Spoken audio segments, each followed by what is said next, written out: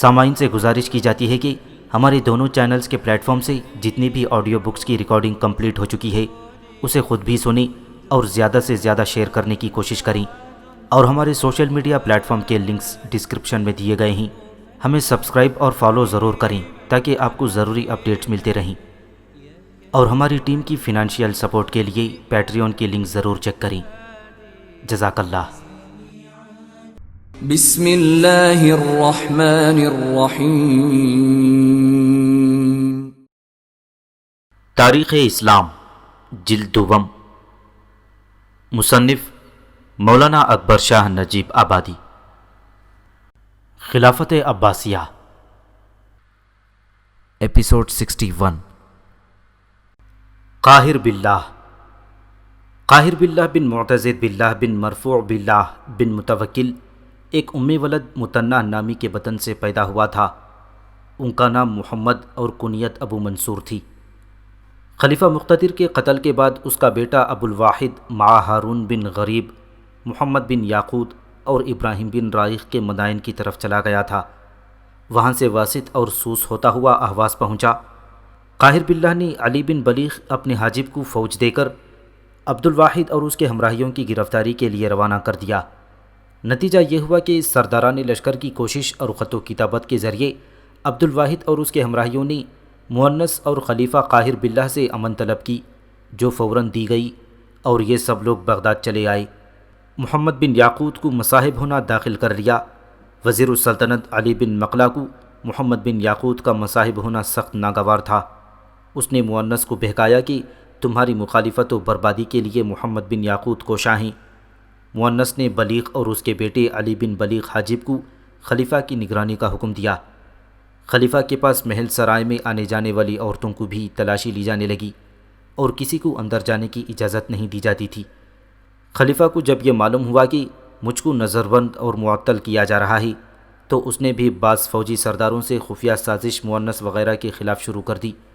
ادھر مؤنس اور اس کے ہمراہیوں نے خلیفہ کو معزول کرنے اور ابو احمد بن مختفی کے خلیفہ بنانے کی تیاری شروع کر دی۔ ان کوششوں میں قاہر باللہ کو کامیابی ہوئی۔ بلیغ اور اس کے بیٹے علی بن بلیغ اور مؤنس دھوکے سے گرفتار ہو کر قاہر باللہ کے حکم سے قتل کر دیے گئے۔ محمد بن یاقوت کو حاجب اور ابو جعفر محمد بن قاسم بن عبید اللہ وزیر بنا دیا گیا۔ یہ واقعہ شعبان 321 ہجری کو وقوع پذیر ہوا تھا۔ انہی ایام میں احمد بن مختفی کی تلاش شروع ہوئی۔ وہ روپوش ہو گیا تھا، آخر گرفتار ہوا اور قاہر باللہ نے اس کو دیوار میں چنوا دیا۔ ان تمام مقتولوں کے مکانات مسمار کرا دیے گئے۔ مال و اسباب خلیفہ نے ضبط کر لیا۔ پھر 3.5 مہینے وزارت کے بعد ابو جعفر وزیر بھی معتوب و مقید ہوا اور 18 روز قید رہ کر بحالت قید فوت ہو گیا۔ خاندان بویدیہ دلیمی کا آغاز۔ چونکہ اب تاریخ میں خاندان بویدیہ کے افراد کا تذکرہ خلفائے عباسیہ کے حالات میں بار بار آنے والا ہے، لہذا مناسب معلوم ہوتا ہے کہ اس جگہ اس خاندان کی ابتدائی تاریخ بیان کر دی جائے۔ اتروش یعنی حسن بن علی بن حسین بن علی زین العابدین کا ذکر اوپر بیان ہو چکا ہے کہ محمد بن زید علوی کے مقتول ہونے کے بعد اتروش نے دیلم میں جا کر لوگوں کو اسلام کی دعوت اور 13 برس تک برابر دیلم و ترستان میں مصروف تبلیغ اسلام رہ کر اس علاقے کے لوگوں کو مسلمان بنایا۔ اس زمانے میں دیلم کا حکمران حسان نامی ایک شخص تھا۔ حسان نے اتروش کے بڑھتے ہوئے اثر کو روکنے کی کوشش کی، مگر اتروش کا اثر ترقی پذیر ہی رہا۔ اس نے مسجدیں بنوائیں اور لوگوں کو اسلام پر عامل بنا کر عشر بھی وصول کرنا شروع کر دیا۔ آخر اتروش نے ان نو مسلموں کی ایک جمعیت مرتب و مسلح کر کے قزوین اور سالوس وغیرہ سرحدی شہروں پر حملہ کر دیا اور ان سب کو اسلام کی دعوت دے کر اسلام میں داخل کر لیا۔ طبرستان کی ولایت سامانی حکمران کے علاقے میں شامل تھی۔ طبرستان کے سامانی عامل نے ظلم و ستم پر کمر باندھی۔ اتروش نے اہل دیلم کو ترغیب دی کہ طبرستان پر حملہ کر دو۔ چنانچہ سن 301 ہجری میں اتروش نے اہل دیلم کی ایک فوج مرتب کر کے طبرستان پر حملہ کر دیا اور محمد بن ابراہیم بن سلعوق حاکم طبرستان کو شکست دے کر بھگا دیا اور خود طبرستان پر قابض ہو گیا۔ اتروش کے بعد اس کا داماد حسن بن قاسم اور اس کی اولاد طبرستان، جرجان، ساریہ، آمد اور استراباد پر قابض و متصرف ہوئی، مگر ان سب کے فوجی سردار سپہ سالار دلیمی لوگ تھے۔ ان دلیمیوں میں ایک شخص لیلہ بن نعمان تھا جس کو حسن بن قاسم نے جرجان کی حکومت سپرد کی تھی۔ یہی لیلہ بن نعمان 309 ہجری میں سامانیوں سے لڑتا ہوا مارا گیا۔ اس کے بعد سامانیوں نے بنی اتروش پر متعدد حملے کیے۔ ان حملوں کی مدافعت بنی اتروش کی طرف سے سرقاب نامی ایک دلیمی سپہ سالار نے کی اور اسی میں وہ مارا گیا۔ پھر سرقاب کا چچا ماکان بن کانی دلیمی بنی اتروش کی طرف سے استراباد کی طرف مامور تھا۔ ماکان نے اپنے ہم وطن دلیمیوں کو اپنے گرد جمع کر کے ایک فوج مرتب کی اور جرجان پر قبضہ کر لیا۔ ان دلیمیوں میں جو ماکان کے معاون ہوئے تھے ایک نامور سردار اسفار بن شیرویہ دلیمی تھا۔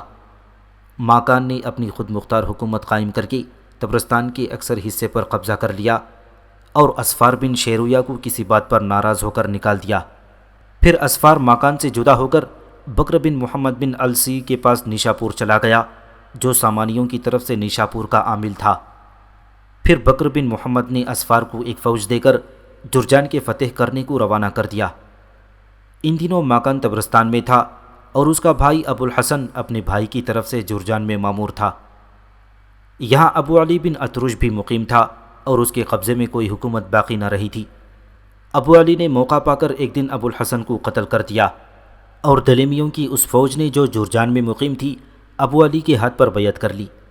ابو علی نے اپنی طرف سے علی بن خورشید دلیمی کو جرجان کی حکومت پر مامور کیا۔ یہ وہ زمانہ تھا کہ اسفار سامانیوں کی طرف سے فوج لیے ہوئے جرجان کے قریب پہنچ چکا تھا۔ علی بن خورشید نے اسفار کو لکھا کہ تم بجائے اس کے کہ ہم پر حملہ کرو ہمارے ساتھ مل کر ماکان پر جو طبرستان میں ہے حملہ کیوں نہیں کرتے؟ اسفار نے بکر بن محمد سے اجازت حاصل کر کے اس بات کو منظور کر لیا۔ یہ خبر سن کر ماکان طبرستان سے فوج لے کر جرجان کی طرف چلا گیا۔ علی بن خورشید اور اسفار بن شیرویہ نے مل کر اس کا مقابلہ کیا اور ماکان کو شکست دے کر بھگا دیا اور طبرستان پر قابض ہو گئے۔ چند روز کے بعد علی بن خورشید اور ابو علی بن اتروش دونوں فوت ہو گئی اور طبرستان پر اسخار بن شیرویہ بلا مزاحمت حکومت کرنے لگا۔ ماکان نے اس موقع کو مناسبت سمجھ کر اسفار پر حملہ کیا اور طبرستان پر قابض ہو گیا۔ اسفار بکر بن محمد بن السی کے پاس جرجان چلا گیا۔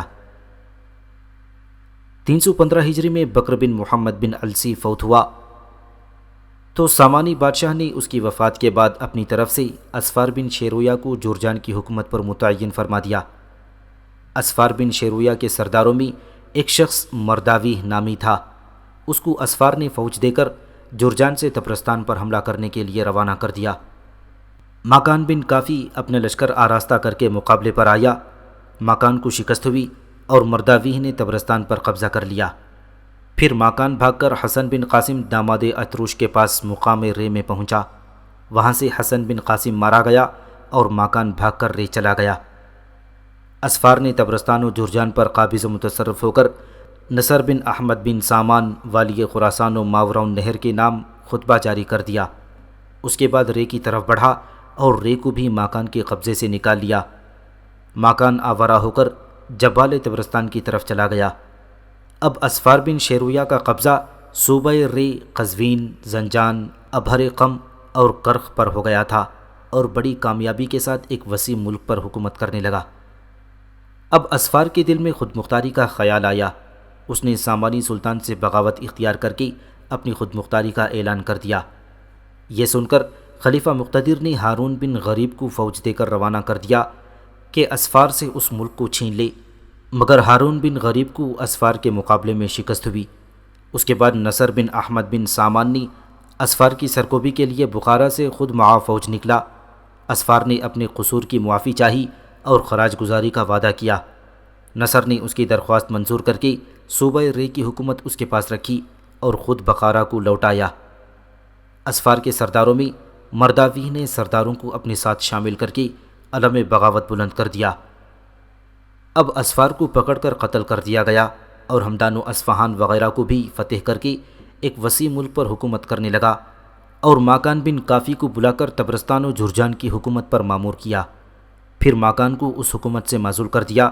ماکان دیلم چلا گیا اور وہاں سے جمعیت فراہم کر کے طبرستان پر حملہ کیا، مگر مرداوی کے عامل نے شکست کھا کر نیشاپور کی طرف بھاگ گیا۔ سن 319 ہجری میں مرداوی نے مناسب سمجھا کہ اپنے تمام مفتوحہ اور مقبوضہ ملک کی سند عباسی خلیفہ سے حاصل کر لینی چاہیے۔ چنانچہ اس نے دربار خلافت میں درخواست بھیجی کہ مجھ کو ان بلاد کی سند حکومت عطا فرمائی جائے۔ میں 2 لاکھ دینار سالانہ خراج دربار خلافت میں بھیجتا رہوں گا۔ خلیفہ نے یہ درخواست منظور کر کے سند بھیج دی اور اپنی طرف سے جاگیر بھی عطا فرمائی۔ پھر 320 ہجری میں مرواوی نے گیلان سے اپنے بھائی کو بھی بلوا بھیجا۔ اس کی حکومت و سلطنت میں ابو شجاع بویا نامی کے 3 بیٹوں نے بسلسلہ ملازمت سرداریاں حاصل کی تھیں اور انہی کی وجہ سے یہ تمام داستان سنانی پڑی۔ ابو شجاع بویا دلیمی ایک نہایت مفلس ماہی گیر تھا۔ مچھلیاں پکڑ کر اپنی اور اپنے اہل و عیال کی روزی بڑی محنت اور مشکل سے حاصل کیا کرتا تھا۔ ایک روز اس نے خواب میں دیکھا کہ میں پیشاب کرنے بیٹھا ہوں اور میری پیشاب گاہ سے آگ کا ایک شعلہ نکلا جس نے پھیل کر دنیا کو روشن کر دیا۔ اس خواب کی اس نے یہ تعبیر کی کہ میری اولاد بادشاہ ہوگی اور جہاں تک اس شعلے کی روشنی گئی وہاں تک اس کی حکومت ہوگی۔ اس کے بعد بویا ماہی گیر کے 3 بیٹے ہوئے جن کے نام علی، حسن اور احمد تھے۔ چونکہ بعد میں ان تینوں بھائیوں نے بڑی ترقی کی اور عماد الدولہ، رکن الدولہ اور معز الدولہ کے نام سے صاحب حکومت و عزت ہوئے، لہٰذا کسی نے ان کا نسب یزجرد شاہ ایران سے ملایا اور کسی نے ان کو بہرام گور کی اولاد سے ملایا۔ دولت و حکومت کے ساتھ ہی عالی نسبی کی بھی کوشش عام طور پر لوگ کیا کرتے تھے اور خوشامدی لوگ اس کام کی سر انجام دہی میں سب سے زیادہ مفید ثابت ہوا کرتے ہیں۔ ہمارا شہر نجیب آباد پٹھانوں کا آباد کیا ہوا شہر ہے۔ یہاں پٹھان ایک معزز قوم سمجھی جاتی ہے جن کو ہر قسم کی دولت و حکومت و عزت حاصل تھی۔ سن 1957 عیسوی کے غدر کے بعد جب پٹھانوں پر تباہی آئی تو بہت سے رامپور، بریلی، شاہ جہان پور کی طرف جا کر آباد ہو گئی۔ بہت سوں کی نسلیں منقطع ہو کر نام و نشان تک گم ہو گیا تھا۔ بہت ہی تھوڑے باقی رہ گئے جن پر افلاس نے طاری ہو کر اپنی ستم ڈھائی کہ اب کسی قطار میں شمار نہیں ہوتے۔ ان کے غلاموں اور نوکروں کو چونکہ تلک الایام نداولها بین الناس کے قانون کے موافق اب خوب دولت و ثروت حاصل ہے، لہٰذا بہت سے غلام اپنے آپ کو پٹھان بتاتے ہیں۔ بہت سے جوگی بچوں نے اپنا سلسلہ نسب نواب نجیب الدولہ سے ملا دیا ہے۔ اسی طرح بہت سے تیلیوں، سقوں، حجاموں، جلاہوں، مراسیوں، دھوبیوں اور باغبانوں، ماہی گیروں نے علل اعلان اپنے آپ کو پٹھان اور خان کہلانا شروع کر دیا ہے، اور مال و دولت کی فراوانی نے ان کو اپنے اصلی نسب پر قانے نہیں رہنے دیا۔ چنانچہ کسی نجیب الطرفین پٹھان کی اب یہ مجال نہیں ہے کہ ان کو ان کا اصلی شجر نسب سنائے اور آج کل کی نئی پود کو سمجھائے کہ نجیب آباد میں کون اصلی پٹھان ہے اور کون نقلی، جبکہ ہم اپنی آنکھوں سے لوگوں کو اپنے نسب تبدیل کرتے اور دوسرے نسبوں میں شامل ہوتے ہوئے دیکھ رہے ہیں۔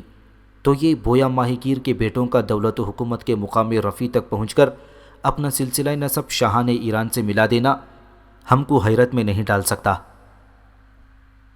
ماکان بن کافی جب اہل دیلم کو اپنی فوج میں بھرتی کیا تو بویا کے 3 بیٹے بھی اس کی فوج میں بھرتی ہو گئے۔ جب ماکان کو ناکامی ہوئی اور اس کا کام بگڑ گیا تو اس کے بہت سے آدمی جدا ہو کر مرواوی کے پاس چلے آئے۔ مرواوی نے ان لوگوں کی خوب قدردانی کی اور ہر ایک کو اس کے مرتبے سے زیادہ مناسب عطا کیے گئے۔ انہی لوگوں میں بویا کے 3 بیٹے بھی شامل تھے۔ انہوں نے اپنی خدمت گزار مستعدی اور ہوشیاری سے مرواوی کی خدمت میں رسوخ حاصل کر لیا اور مرواوی نے علی بن بویا کو کرخ کی حکومت پر مامور کر کے روانہ کر دیا۔ علی بن بویا کے ہمراہ اس کے دونوں چھوٹے بھائی حسن اور احمد بھی روانہ ہوئے۔ ان دنوں مرواوی کی جانب سے رے میں اس کا بھائی وسمگیر حکومت کر رہا تھا۔ وسمگیر نے حسین بن محمد عرف عمید کو اپنا وزیر بنا رکھا تھا۔ علی بن بویا جب رے میں پہنچا تو اس نے عمید سے ملاقات کی اور ایک خچر بطور نظر پیش کیا۔ اس کے بعد کرخ کی طرف روانہ ہوا اور وہاں جا کر حکومت کرنے لگا۔ مرواوی کو جب علی بن بویا کے اس طرح عمید سے ملنے اور نظر پیش کرنے کا حال معلوم ہوا تو اس کو شبہ گزرا کہ کہیں ماکان سے آئے ہوئے سردار جن کو اچھے اچھے عہدے اور شہروں کی حکومت سپرد کر دی گئی ہے آپس میں کوئی سازش کر کے باعث تکلیف نہ ہوں۔ چنانچہ اس نے اپنے بھائی وسمگیر کو لکھا کہ ماکان کے پاس سے آئے ہوئے جن لوگوں کو اس طرف شہروں پر مامور کیا گیا ہے سب کو گرفتار کر لو۔ چنانچہ بعض تو گرفتار کر لیے گئے مگر علی بن بویا کو جو کرخ پر قابض ہو چکا تھا فساد برپا ہونے کے اندیشے سے گرفتار کرنے کی کوشش نہیں کی گئی۔ علی بن بویا نے کرخ کے نواح میں کئی قلعوں کو مفتوح کیا۔ ان میں سے جو مال ہاتھ آیا وہ لشکریوں کو تقسیم کر دیا۔ اس سے سپاہیوں کو اس سے محبت ہو گئی اور اس کا رعب و دبدبہ ترقی کرنے لگا۔ سن 321 ہجری میں مرواوی نے ان سرداروں کو جو ریم نظر بند تھے رہا کر دیا۔ وہ سب کرخ میں علی بن بویا کے پاس چلے گئے۔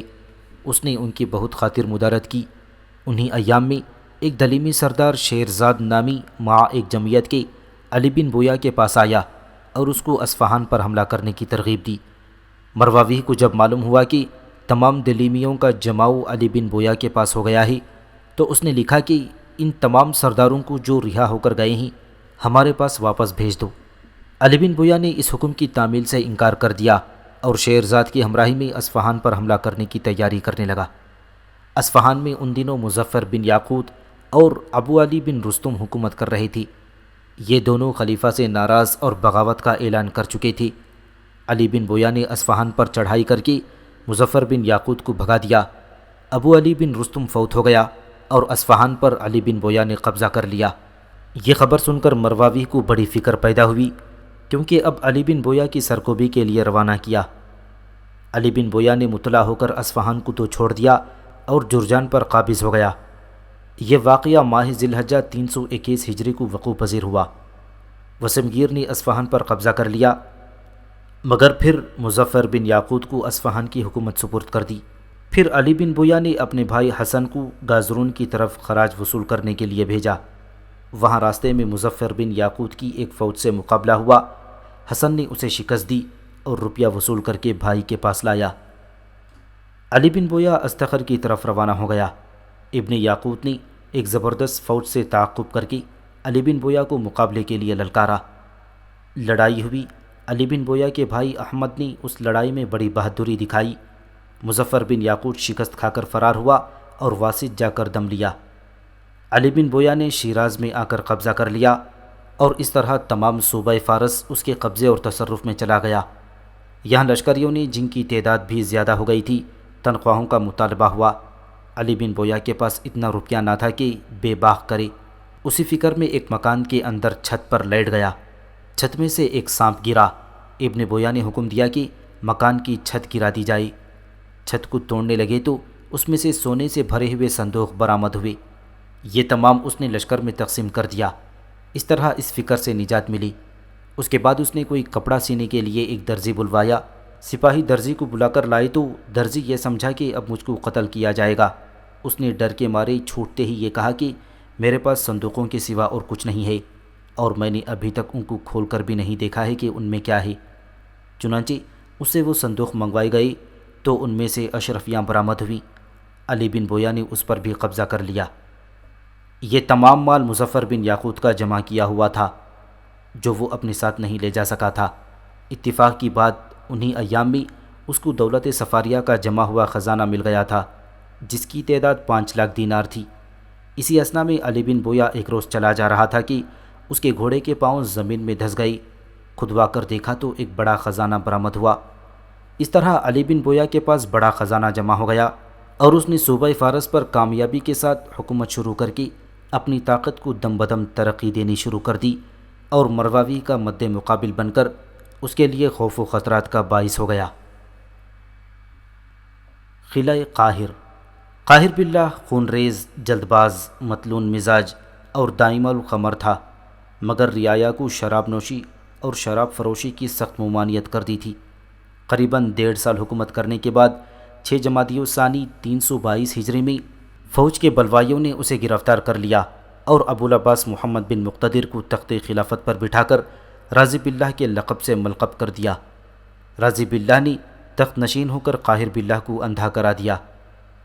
علی بن محمد خراسانی کا قول ہے کہ ایک روز قاہر باللہ نیزہ ہاتھوں میں لیے ہوئے میرے پاس آیا اور کہا کہ ہر ایک عباسی خلیفہ کے عادات و خصائل مجھ سے بیان کرو۔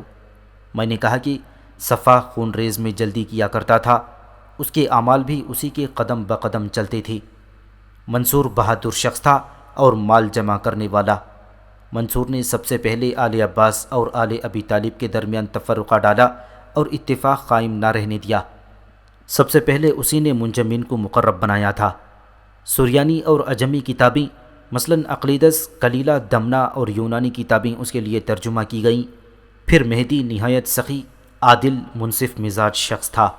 اس کے باپ نے جو کچھ لوگوں سے زبردستی چھینا تھا وہ اس نے واپس دے دیا، زندیقوں کو قتل کرایا، مسجد الحرام، مسجد مدینہ اور مسجد اقصیٰ کو تعمیر کرایا۔ پھر ہادی جبار و متکبر تھا اور اس کے عامل بھی اسی کی پیروی کرتے تھے۔ ہارون رشید نے جہاد اور حج کیے، مدینہ کے راستے میں مکانات اور حوض بنوائی، ترتوش، مسیسہ، مراش وغیرہ آباد کیے، عام لوگوں کو ممنون احسانات کیا۔ خلفاء میں سب سے پہلے اسی نے چوگان کھیلا، نشانہ بازیاں کی اور شطرنج کھیلی۔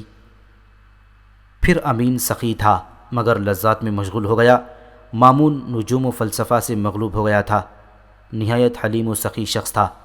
معتصم بھی اسی کے طریقے پر چلا مگر اسے شہسواری اور بادشاہان عجم کے تشبیہ کا شوق تھا۔ غزوات و فتوحات اس نے خوب کیے۔ واسق اپنے باپ کے طریق پر چلا، متوکل، مامون، معتصم اور واسق کے بالکل خلاف چلا۔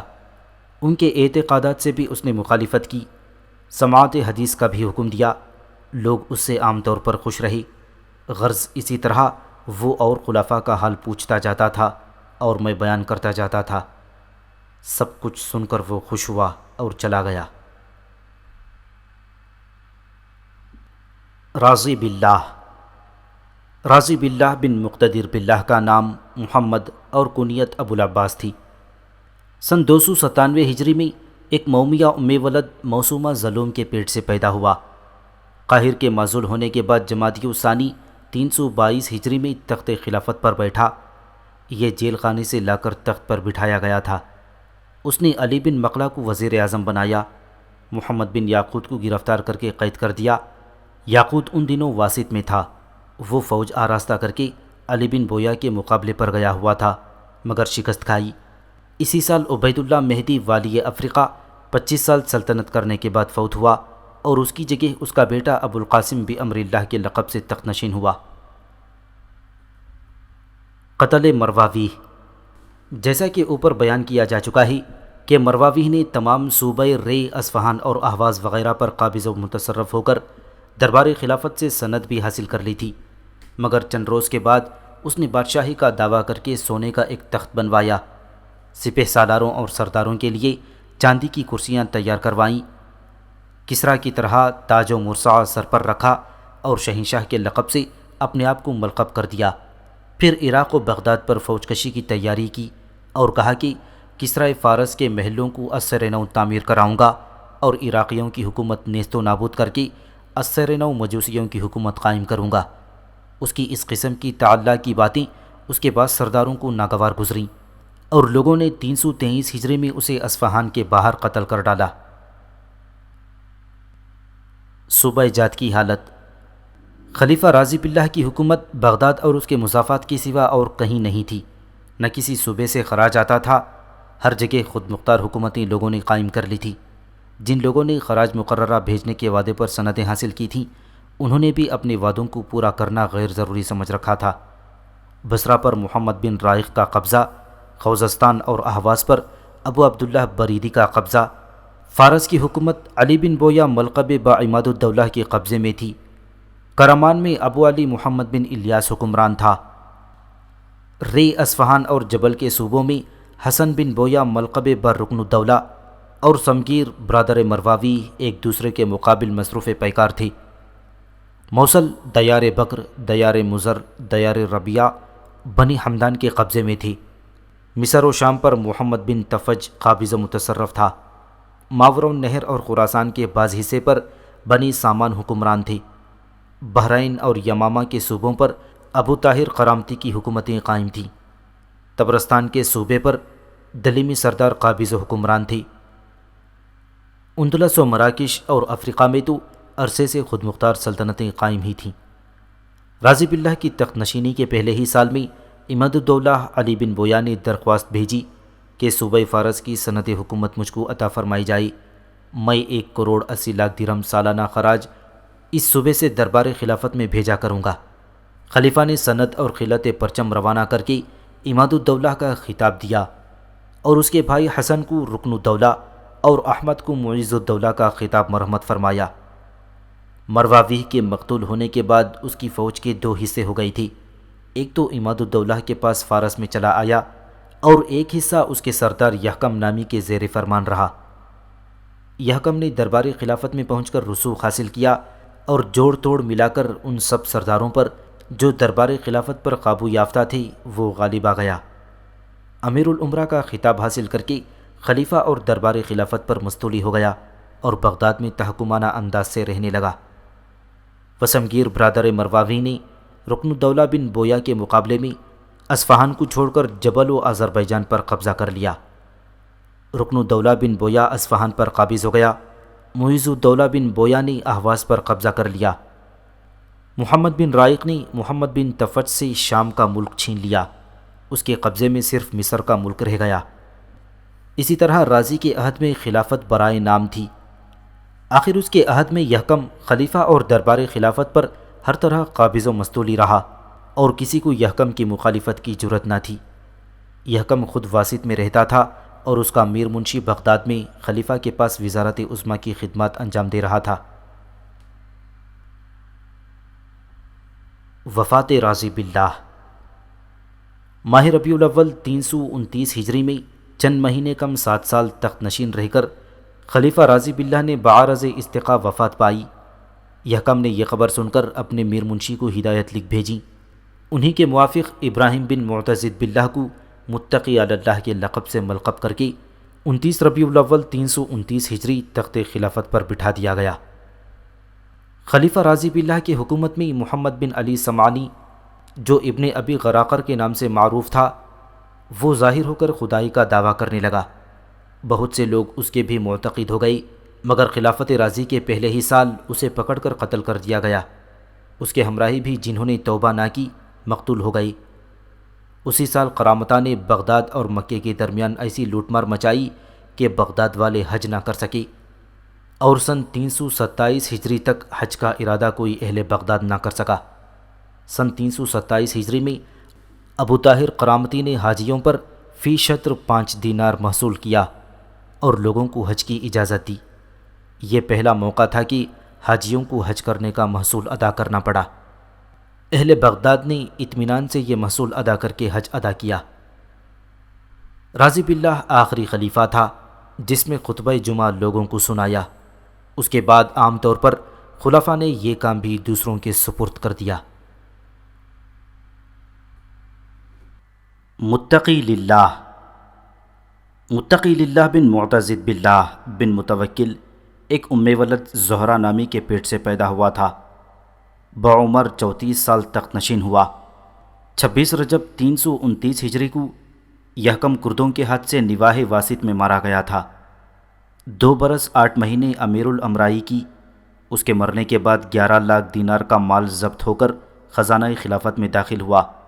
شعبان 329 ہجری میں ابو عبداللہ بریدی نے بصرہ سے فوج لے کر بغداد کا رخ کیا۔ خلیفہ متقی نے اس کو واپس جانے کو لکھا۔ جب وہ نہ مانا تو فوج بھیجی۔ فوج اس کے مقابلے سے بھاگ گئی۔ بریدی بغداد میں داخل ہوا اور خلیفہ سے 5 لاکھ دینار طلب کیے اور کہلا بھجوایا کہ اگر آپ نے یہ فرمائش پوری نہ کی تو آپ کو معزول اور قتل کر دیا جائے گا۔ خلیفہ نے یہ رقم فوراً بھجوا دی۔ 24 روز کے بعد رمضان 329 ہجری میں بریدی کی فوج نے تنخواہ نہ ملنے کے سبب بغاوت کی۔ بریدی بھاگ کر واسط چلا گیا۔ بریدی کے بھاگ جانے کے بعد کورتگین نامی سردار خلیفہ اور دربار خلافت پر مستولی ہو گیا تھا۔ اس کو امیر الامر کا خطاب ملا۔ بغداد میں اب علاوہ ترکوں کے دلیمیوں کا بھی ایک بڑا گروہ موجود ہو گیا تھا۔ یحکم کے زمانے سے دلیمیوں کا اثر بغداد میں ترقی کرنے لگا تھا۔ دلیمیوں نے کورتگین کے خلاف شورش برپا کی۔ ترکوں اور دلیمیوں میں جنگ ہوئی، مگر کورتگین کا اثر بدستور قائم رہا۔ محمد بن واسق جو شام پر قابض ہو گیا تھا، یہ حالات سن کر خود امیر الامرائی حاصل کرنے کے لیے شام سے بغداد کی طرف چلا گیا۔ کورتگین نے بغداد سے باہر نکل کر مقابلہ کیا۔ ابن رائق بزور بغداد میں داخل ہوا۔ کورتگین گرفتار ہو کر قید ہوا۔ خلیفہ نے ابن رائق کو امیر الامراء بنا دیا۔ محمد بن رائق نے ابو عبداللہ بریدی سے واسط کا خراج زبردستی وصول کیا۔ پھر ماہ ربیع الثانی 330 ہجری میں ابن بریدی نے بغداد پر فوج کشی کی۔ ابن رائق کو شکست ہوئی۔ بریدی کے لشکر میں ترک اور دلیمی شامل تھے۔ شہر میں داخل ہو کر لشکریوں نے لوٹ مار کا بازار گرم کر دیا۔ خلیفہ معا ابن رائق اور اپنے بیٹے ابو منصور کے موصل کی طرف بھاگ گیا۔ قصر خلافت اور اہل بغداد کے مکانوں کو لوگوں نے خوب لوٹا۔ اس لوٹ مار میں بعض کرامتی بھی آ کر شامل ہو گئی تھی۔ شرفائے شہر کو سخت اذیت و ذلت کا سامنا کرنا پڑا۔ موصل میں ناصر الدولہ بن مدان حکمران تھا۔ خلیفہ کے پہنچنے پر وہ شہر چھوڑ کر باہر چلا گیا۔ خلیفہ اور ابن رائق نے اسے تسلی دے کر بلایا۔ ناصر الدولہ نے محمد بن رائق کو قتل کر دیا۔ پھر خلیفہ نے ناصر الدولہ کو امیر الامراء کا خطاب دیا اور ناصر الدولہ کے بھائی ابو الحسین کو سیف الدولہ کے خطاب سے مخاطب کیا۔ موصل سے فوج طلب کر کے ناصر الدولہ اور خلیفہ بغداد کی جانب چلے۔ ابن بریدی نے، جو بغداد پر قابض و متصرف تھا، اس نے مقابلہ کیا۔ شوال 330 ہجری میں بریدی کو شکست ہوئی اور ناصر الدولہ مع خلیفہ بغداد میں داخل ہوا۔ ناصر الدولہ اور سیف الدولہ بغداد میں خلیفہ کے پاس 11 مہینے تک رہے۔ پھر ان کو اپنے صوبہ موصل کی فکر ہوئی۔ یہ دونوں بھائی موصل کی طرف روانہ ہوئے۔ ماہ رمضان 331 ہجری میں توزون نامی سردار نے بغداد میں غلبہ اور تسلط حاصل کر لیا اور خلیفہ نے توزون کو امیر الامرائی کا خطاب دیا۔ چند روز کے بعد یعنی محرم 332 ہجری کو ابو جعفر شیراز بن شیرز داخل بغداد ہوا، جبکہ توزون واسط کی طرف گیا ہوا تھا۔ خلیفہ متقی ابو جعفر کے داخل ہونے سے خوفزدہ ہو کر بغداد سے موصل کی طرف بھاگ گیا۔ توزون اور ابو جعفر نے مل کر موصل پر چڑھائی کی۔ وہاں ناصر الدولہ اور سیف الدولہ دونوں بھائیوں کو شکست ہوئی۔ وہ مع خلیفہ نصیبین کی طرف چلے گئے۔ نصیبین سے خلیفہ متقی رقہ میں آیا اور توزون کو خط لکھا۔ توزون نے بنو حمدان سے صلح کر لی اور بغداد کو لوٹ گیا۔ خلیفہ بنو حمدان رقہ میں مقیم تھا۔ انہی ایام میں معیز الدولہ احمد بن بویانی، جو اہواز پر قابض و متصرف تھا، واسط پر چڑھائی کی۔ توزون نے موصل سے واپس ہو کر مقابلہ کیا۔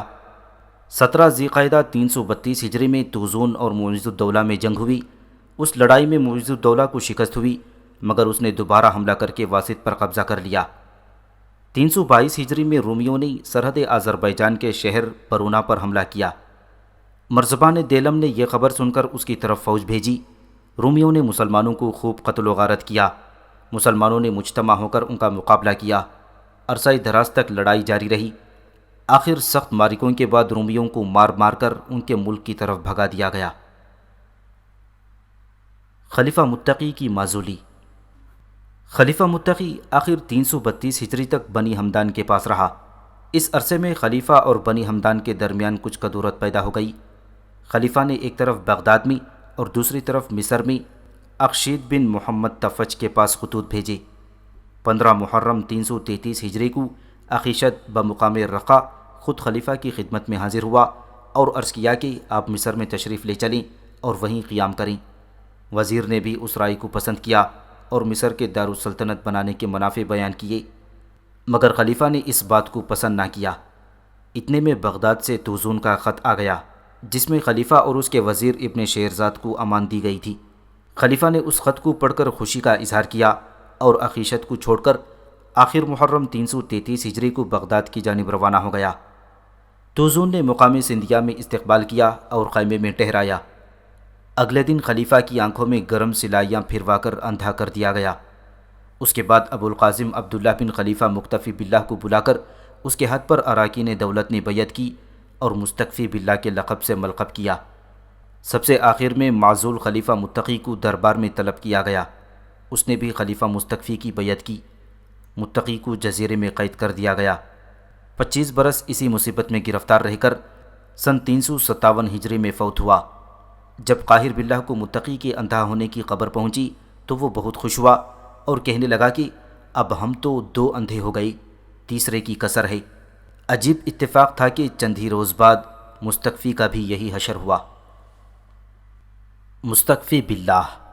ابو القاسم عبداللہ مستکفی باللہ بن مکتفی باللہ ایک ولد موسومہ الماح الناس کے وطن سے پیدا ہوا تھا۔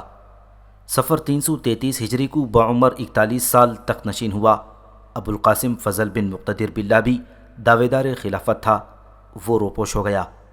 مستکفی نے اس کو بہت تلاش کرایا مگر وہ ہاتھ نہیں آیا۔ مستکفی کے عہد میں روپوشی ہی رہا۔ مستکفی جب اس کی جستجو میں کامیاب نہ ہوا تو اس کا مکان منہدم کرا دیا گیا۔ خلیفہ مستکفی کے تخت نشین ہوتے ہی توزون فوت ہو گیا۔ مستکفی نے ابو جعفر ابن شہرزاد کو امیر الامراء کا خطاب دیا۔ ابن شہرزاد نے تمام انتظامات و اختیارات اپنے ہاتھ میں لے کر بے دریغ روپیہ خرچ کرنا شروع کر دیا۔ خزانہ خالی ہو گیا، تمام انتظام درہم برہم ہو گیا، اور چند ہی روز کے بعد بغداد میں چوریاں اور ڈاکوں کی کثرت نے یہاں تک نوبت پہنچا دی کہ لوگ شہر چھوڑ چھوڑ کر جلاوطنی اختیار کرنے لگے۔ انتباہ: سلطنت اسلامیہ کا رقبہ اور وسعت مملکت عہد بنو امیہ تک برابر ترقی پذیر رہا۔ حکومت اسلامیہ کا ایک ہی مرکز تھا، اور دمشق کے دربار خلافت سے جو حکم جاری ہوتا تھا اس کی تعمیل اندلس و مراکش کے مغربی ساحل سے چین و ترکستان تک یکساں ہوتی تھی۔ خلافت اسلامیہ جب بنو عباس کے قبضے میں آئی تو چند ہی روز کے بعد اندلس میں بنو امیہ کی ایک خود مختار سلطنت الگ قائم ہو گئی، اور مسلمانوں کی سلطنت کے ایک کے بجائے دو مرکز ہو گئے تھے۔ پھر چند روز کے بعد مراکش میں ایک تیسرا مرکز حکومت قائم ہوا۔ اس کے بعد افریقہ اور مصر میں ایک اور حکومت قائم ہو گئی۔ اسی طرح ماوراء النہر، خراسان اور فارس وغیرہ میں حکومتیں خلیفہ بغداد کی ماتحتی سے آزاد ہوتی گئیں۔ اب جس زمانے کے حالات بیان ہو رہے ہیں یہ وہ زمانہ ہے کہ خلیفہ بغداد کی حکومت شہر بغداد میں ہی باقی رہی تھی۔ چند روز پہلے دجلہ اور فرات کا دو آبا خلیفہ کی حکومت میں شامل تھا، لیکن جب سے امیر الامراء کا عہد ایجاد ہوا اس وقت سے اب اس دو آبا کی حکومت امیر الامراء کے ہاتھ میں ہوتی تھی، اور برائے نام وہ اپنے آپ کو خلیفہ کا محکوم اور نائب کہتا تھا۔ خاص شہر بغداد میں خلیفہ کے احکام کی قدر و منزلت تھی، اور بغداد میں وہ سب سے بڑی طاقت سمجھی جاتی تھی۔ ہر ایک وہ شخص جو دوسروں کو مغلوب کر کے اپنی طاقت کا اظہار کر سکتا تھا، اپنی قوت بازو سے امیر الامراء بن سکتا تھا۔ خلیفہ کو مجبوراً اسے امیر الامراء کا خطاب دینا پڑتا تھا۔ خلیفہ کے ہاتھ میں طاقت اگرچہ کچھ نہ تھی، پھر بھی اس کو تھوڑی بہت آزادی ضرور حاصل تھی، اور ایک قسم کا رعب و جلال بھی باقی تھا۔ لیکن اب معیز الدولہ احمد بن بویا ماہی گیر اہواز سے آ کر بغداد اور خلیفہ پر مسلط ہو گیا تھا۔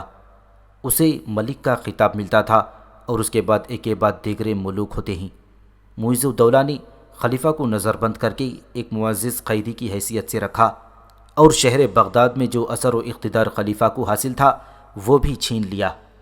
خلیفہ کا کام صرف یہ ہو گیا تھا کہ جب کوئی سفیر باہر سے آئے تو وہ خلیفہ کے دربار میں حاضر کیا جائے، اور اسے مثنوی دربار میں خلیفہ کی پرشوکت نمائش کر کے حسب منشا اس سے کام لیا جائے۔ کسی شخص کو خطاب دینا، کسی کو کوئی سند عطا فرمانا، یہ سب خلیفہ کے ہاتھ سے ہوتا تھا، لیکن خلیفہ کے اختیار سے نہیں ہوتا تھا، بلکہ ہر ایک کام میں اختیار ملک ہی کا ہوتا تھا۔ خلیفہ کی حیثیت شاہ شطرنج سے زیادہ نہ تھی۔ ملک خلیفہ کی ایک تنخواہ مقرر کر دیتا تھا۔ یہ تنخواہ جب خلیفہ کو دیر سے ملتی تھی یا نہیں ملتی تھی تو اسے مجبوراً اپنا سامان فروخت کر کے اپنی گزر کرنی پڑتی تھی۔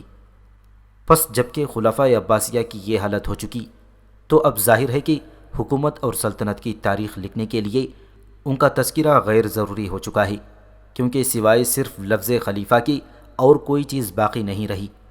مگر چونکہ ہم کو حکومت اسلامیہ کی تاریخ پوری کرنی ہے اور اس میں ان حکمرانوں کا حال بیان ہونا ضروری ہے جنہوں نے بغداد میں ملک کے نام سے نہ صرف بغداد بلکہ دو آبا فرات و دجلہ اور دوسرے صوبوں پر بھی حکومت کی ہے، لہٰذا ان ملوک کے حالات بیان کرنے میں ہم کو ابھی تھوڑی دور تک اور انہی خلفائے عباسیہ کے سہارے سے چلنا چاہیے، جو اگرچہ شاہ شطرنج سے زیادہ مرتبہ نہیں رکھتے مگر خلیفہ ضرور کہلاتے ہیں۔ خلاصہ کلام یہ ہے کہ اب ہم خلفائے عباسیہ کے حالات کا مطالعہ نہیں کر رہے بلکہ حکومت بغداد کے حالات کا مطالعہ کر رہے ہیں۔ ساتھ ہی اس بات کو بھی ملحوظ خاطر رکھنا چاہیے کہ اگرچہ جا بجا صوبوں میں الگ الگ خود مختار حکومتیں اور سلطنتیں قائم ہو چکی تھیں، مگر خلیفہ کے نام کی تکریم سب بجا لاتے اور خطبوں میں اس کا نام ضرور لیتے تھے۔ اندلس میں بجائے خود خلافت قائم کر لی تھی۔ عبیدیین جو شیعہ بلکہ قرامطہ تھے خلافت و امارت کے مدعی تھی، اس لیے اندلس و افریقہ میں خلیفہ بغداد کا نام خطبوں میں نہیں لیا جاتا تھا، مگر باقی تمام ممالک اسلامیہ میں بغداد کے عباسی خلیفہ کو سب خلیفہ مانتے اور اپنا مذہبی پیشوا جانتے تھے۔ کبھی کبھی ایسا ضرور ہوا ہے کہ خاص بغداد میں کسی ملک نے خلیفہ کا نام خطبے سے خارج کر دیا اور صرف اپنے نام کا خطبہ پڑھوایا، مگر دوسرے ملکوں میں خلیفہ کا نام خطبوں میں ضرور شامل رہا۔ خاندان بویا کی بغداد میں حکومت۔ خاندان بویا کا حال اوپر مذکور ہو چکا ہے کہ بویا کے تینوں بیٹے علی، حسن اور احمد حکومت و سرداری حاصل کر چکے تھی۔ علی یعنی عماد الدولہ فارس پر قابض و متصرف تھا۔ حسن یعنی رکن الدولہ اصفہان و طبرستان کی طرف حکومت و سرداری حاصل کرتا تھا۔ احمد یعنی معیز الدولہ اہواز پر قابض ہو چکا تھا۔ جب ابن شیرزاد کی امیر الامرائی میں بغداد کے اندر فتنہ و فساد برپا ہو گیا تو معیز الدولہ نے جو بغداد سے نسبتاً قریب تھا بغداد پر حملہ کر دیا۔ شیرزاد بھاگ کر بنو ہمدان کے پاس موصل چلا گیا اور معیز الدولہ بغداد پر بآسانی قابض و مستولی ہو گیا۔ خلیفہ مستکفی کی خدمت میں حاضر ہوا، اس نے معیز الدولہ کو ملک کا خطاب دیا۔ پھر معیز الدولہ نے اپنے نام کے سکے جاری کرائی اور بغداد پر پورے قہر و غلبے کے ساتھ حکومت کرنے لگا۔ چند روز کے بعد معیز الدولہ کو معلوم ہوا کہ خلیفہ مستکفی اس کے خلاف کوئی سازش کر رہا ہے۔ انہی ایام میں والی خراسان کا سفیر آیا اور اس تقریب میں دربار عام منعقد کیا گیا۔ معیز الدولہ نے سر دربار دو دلیمیوں کو اشارہ کیا، وہ آگے بڑھے۔ خلیفہ نے سمجھا کہ دست بوسی کے لیے آگے بڑھے ہی، اپنا ہاتھ آگے بڑھا دیا۔ دلیمیوں نے وہی ہاتھ پکڑ کر خلیفہ کو تخت سے نیچے کھینچ کر ڈال دیا اور گرفتار کر لیا۔ کسی کی مجال نہ تھی کہ اف کر سکے۔ معیز الدولہ اسی وقت سوار ہو کر اپنے مکان پر آیا اور دلیمی خلیفہ کو کھینچتے ہوئے بے عزت کرتے ہوئے معیز الدولہ کے سامنے لائی، اس کی آنکھیں نکال کر قید کر دیا۔ یہ واقعہ جمادی الاخر 334 ہجری کا ہے۔ خلیفہ مستکفی نے 1 برس 4 مہینے برائے نام خلافت کی اور بحالت قید فوت ہوا۔ مطیع اللہ۔ معیز الدولہ بن بویا دلیمی بویا کا سب سے چھوٹا بیٹا تھا۔ یہ لوگ چونکہ اترش کے ہاتھ پر مسلمان ہوئے تھے اس لیے تمام دلیمی شیعہ تھے۔ خاندان بویا شیعیت اور عصبیت میں سب سے بڑا ہوا تھا۔ مستکفی کو ذلیل و معزول و مقید اور اندھا کر دینے کے بعد معیز الدولہ نے چاہا کہ کسی علوی کو تخت خلافت پر بٹھائی، مگر اس کے کسی مشیر نے اس کو اس ارادے سے باز رکھا اور سمجھایا کہ اگر آپ نے کسی علوی کو خلیفہ بنا دیا تو چونکہ آپ کی تمام قوم اسے مستحق خلافت سمجھے گی، اس لیے وہ بجائے آپ کے اس علوی خلیفہ کی خدمت و اطاعت کو مقدم سمجھیں گے، اور دلیمیوں پر جو آپ کا اثر ہے یہ ہرگز باقی نہیں رہے گا اور نہ آپ کی یہ حکومت و شوکت برقرار رہے گی۔ لہٰذا مناسب یہ ہے کہ اسی عباسی خاندان سے کسی شخص کو تخت خلافت پر بٹھاؤ تاکہ تمام شیعہ اس کو غیر مستحق خلیفہ سمجھ کر آپ کی اطاعت و فرما برداری کے لیے مستعد رہیں، اور اس طرح شیعیت بغداد میں قائم رہی۔ چنانچہ معیز الدولہ نے ابو القاسم فضل بن مقتدر کو طلب کیا اور مطیع اللہ کے لقب سے تخت پر بٹھا کر رسم بیعت ادا کی اور 100 دینار روزانہ اس کی تنخواہ مقرر کر دی۔ مطیع اللہ ایک ام ولد موسومہ مشغلہ کے پیٹ سے پیدا ہوا تھا اور جمادی الثانی 334 ہجری میں جبکہ اس کی عمر 34 سال تھی تخت نشین کیا گیا۔ معیز الدولہ نے خلافت کی وزارت پر ابو محمد حسن بن محمد مہیلی کو مامور کیا۔ در حقیقت ملک ہی وزیر ہوتا تھا کیونکہ خلیفہ تو برائے نام خلیفہ تھا۔ اوپر ذکر ہو چکا ہے کہ موصل پر ناصر الدولہ بن حمدان اور شام پر سیف الدولہ بن حمدان قابض تھا اور مصر پر اخشید محمد بن تفج فرغانی فرمانرواں تھا۔ اب ناصر الدولہ نے جب معیز الدولہ کے اس طرح بغداد پر مستولی ہونے کا حال سنا تو موصل سے فوج لے کر چلا اور ماہ شعبان 334 ہجری میں سامراہ پہنچا۔ معیز الدولہ یہ خبر سن کر مطیع اللہ کو ہمراہ لے کر بغداد سے نکلا۔ معیز الدولہ کو شکست ہوئی، بغداد میں واپس آیا۔ معیز الدولہ مع مطیع اللہ بغداد غربی میں اترا اور بغداد شرقی میں ناصر الدولہ نے آ کر قیام کر دیا۔ طرفین سے لڑائیوں کا سلسلہ جاری رہا، آخر دونوں میں صلح ہو گئی۔ معیز الدولہ نے اپنی پوتی کی شادی ناصر الدولہ کے بیٹے ابو تغلب سے کر دی۔ پھر ناصر الدولہ موصل کو روانہ ہوا۔ سن 335 ہجری میں ابو القاسم بریدی نے بصرہ میں معیز الدولہ کی مخالفت کا علم بلند کر کے تیاری شروع کر دی، اور 336 ہجری میں معیز الدولہ نے خلیفہ موتی کو ہمراہ لے کر بصرہ پر چڑھائی کی۔ ابو القاسم کی فوج کو شکست ہوئی۔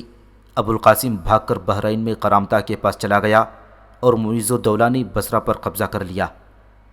ابو جعفر سحیری کو بصرہ میں چھوڑ کر معیز الدولہ مع خلیفہ بغداد چلا آیا۔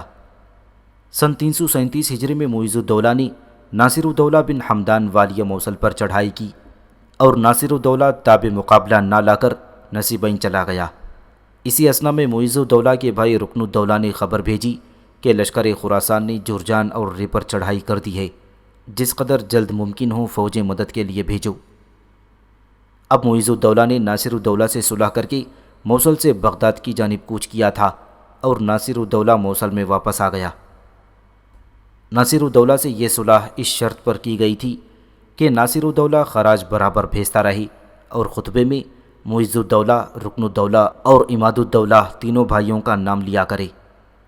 سن 338 ہجری میں معیز الدولہ نے خلیفہ مطیع سے اس مضمون کا ایک فرمان لکھوایا کہ علی بن بویہ المخاطب با عماد الدولہ اپنے بھائی معیز الدولہ کے ساتھ بطور مددگار کام کرے اور عہدہ سلطانی میں شریک رہے، مگر عماد الدین اسی سال فوت ہو گیا۔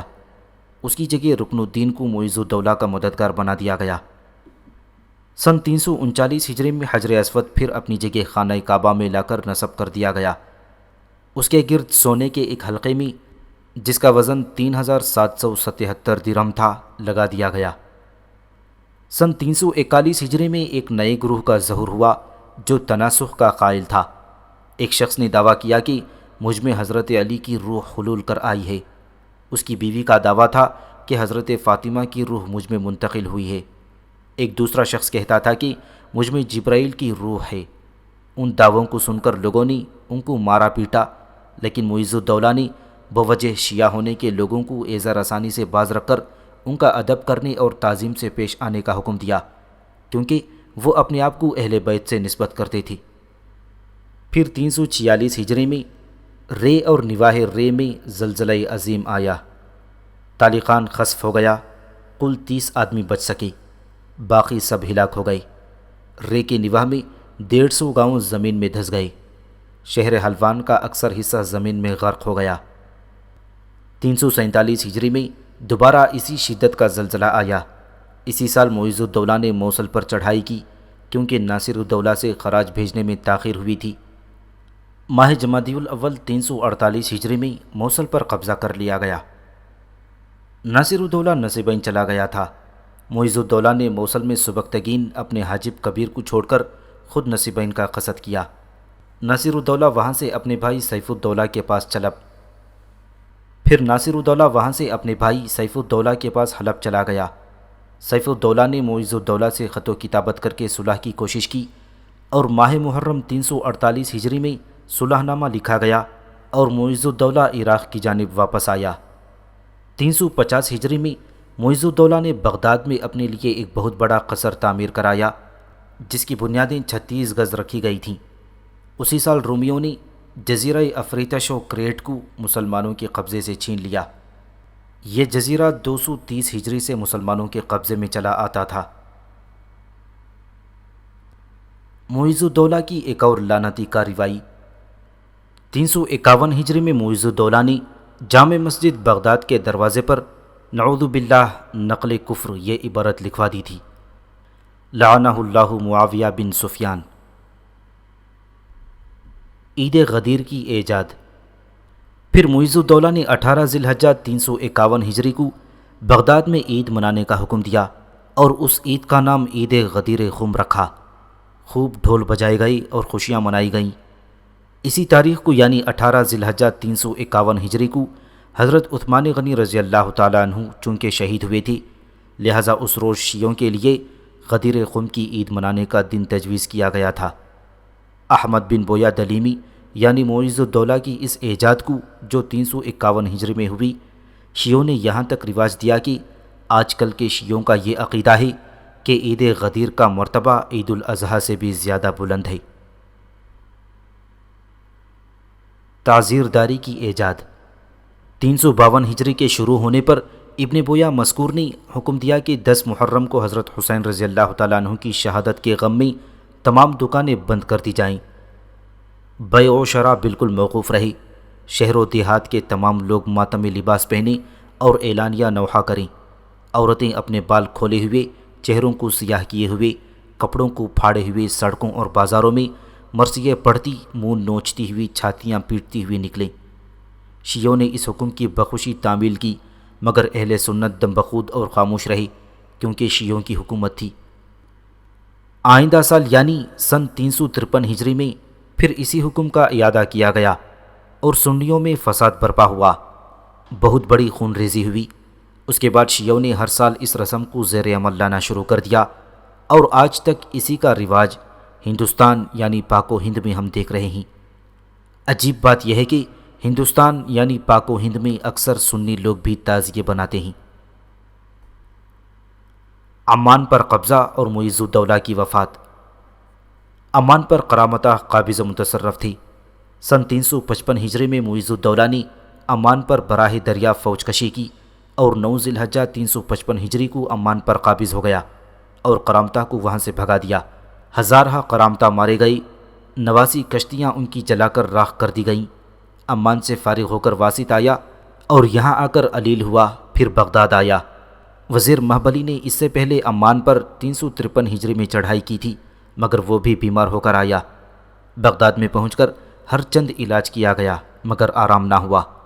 22 سال حکومت کر کے ربیع الآخر سن 356 ہجری میں فوت ہوا۔ عز الدولہ کی حکومت۔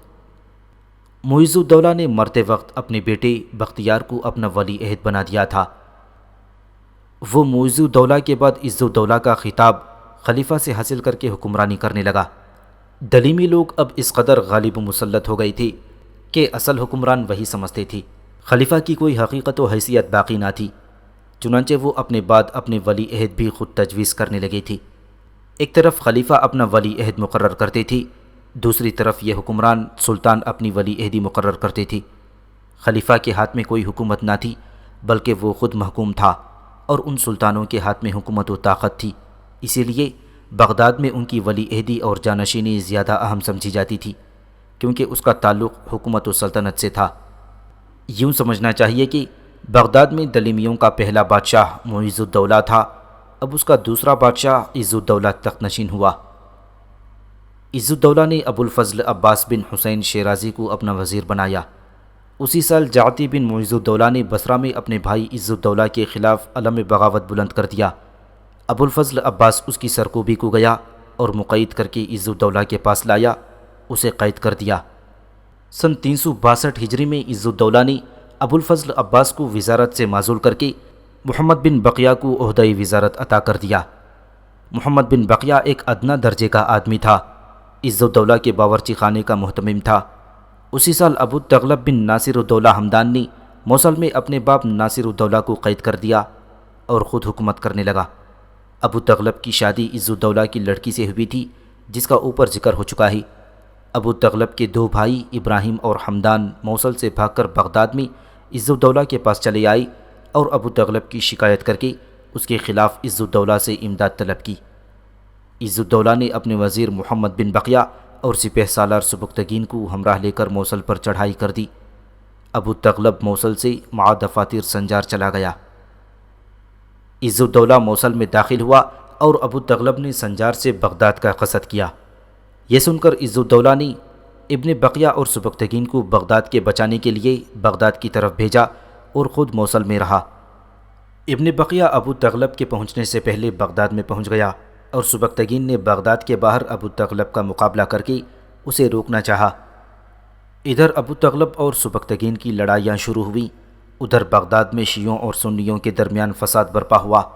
اس فساد کی خبر سن کر سبکتگین اور ابو تغلب نے آپس میں صلح کر لی اور یہ ارادہ کیا کہ عز الدولہ اور تمام شیعوں کو بے دخل کر کے نئے خلیفہ کو تخت نشین کرنا چاہیے، مگر بعد میں کچھ سوچ کر اس ارادے سے باز رہے، اور پھر ابن بقیہ کو بغداد سے بلا کر ابو تغلب سے سبکتگین نے شرائط صلح طے کر لیں۔ ان شرائط کے موافق عز الدولہ نے لکھا کہ آپ موصل سے بغداد آ جائیں اور ابو تغلب کو موصل کی حکومت سپرد کر دیں۔ ابو تغلب موصل پہنچا اور عز الدولہ اپنے خسر سے بغل گیر ہو کر ملا۔ عز الدولہ بغداد کی طرف آ گیا۔ بغداد آ کر عز الدولہ روپیہ وصول کرنے کے ارادے سے اہواز چلا گیا۔ وہاں ترکوں اور دلیمیوں میں جو عز الدولہ کے ہمراہ تھے فساد برپا ہو گیا اور عز الدولہ نے ترکوں کو سخت سزائیں دیں۔ اس کا حال سن کر سبکتگین نے جو بغداد میں تھا علم بغاوت بلند کر دیا اور عز الدولہ کے مکان کو لوٹ کر اس کے خاندان والوں کو قید کر کے واسط بھیج دیا۔ یہ واقعہ ذی القعدہ 363 ہجری میں ہوا۔ اب بغداد میں سبکتگین کی حکومت قائم ہو گئی جو سنی حکومت تھی۔ شیعوں کو بغداد سے نکال دیا گیا۔ اس کے بعد خلیفہ مطیع اللہ کو اس امر پر مجبور کر دیا کہ اپنے آپ کو خلافت سے معزول کر لو، کیونکہ فالج کے مرض میں بیکار اور ناقابل خلافت ہو گئی ہو۔ چنانچہ ماہ ذی القعدہ 363 ہجری میں خلیفہ مطیع نے اپنے آپ کو معزول کر لیا اور اس کے بعد بیٹے عبد الکریم کو تائی اللہ کے لقب سے تخت خلافت پر بٹھا دیا گیا۔ خلیفہ مطیع اللہ نے 26.5 برس برائے نام خلافت کی۔ جب سے ناصر الدولہ بن حمدان نے صوبہ موصل کو دبا لیا تھا، اس وقت سے رومیوں کے حملوں کی مدافعت اور رومیوں پر حملہ کرنا اسی سے متعلق ہو گیا تھا۔ پھر جس سن یعنی 363 ہجری میں جبکہ ناصر الدولہ کے بھائی سیف الدولہ بن حمدان نے حلب و حمص پر قبضہ کر لیا تو رومیوں کی لڑائیوں کا تعلق سیف الدولہ سے ہو گیا۔ سیف الدولہ نے بڑی قابلیت اور مستعدی سے رومیوں کے حملوں کو روکا اور ان کی ترکی بترکی جواب دیا۔ سن 363 ہجری میں عز الدولہ نے خلیفہ مطیع اللہ کا نام خطبے سے نکال دیا۔ اس پر خلیفہ نے بہت رنج و ملال کا اظہار کیا۔ عز الدولہ نے ناراض ہو کر خلیفہ کی تنخواہ بند کر دی۔ خلیفہ کو اپنا گھر کا سامان فروخت کر کے اپنی گزر کرنی پڑی۔ خلا کے بعد مطیع اللہ کا خطاب شیخ الفاضل تھا۔ مطیع اللہ نے محرم 366 ہجری میں مقام واسط وفات پائی۔ ابو بکر شبلی، ابو نصر فارابی، المتبنی شاعروں نے اسی خلیفہ کے دور خلافت میں وفات پائی تھی۔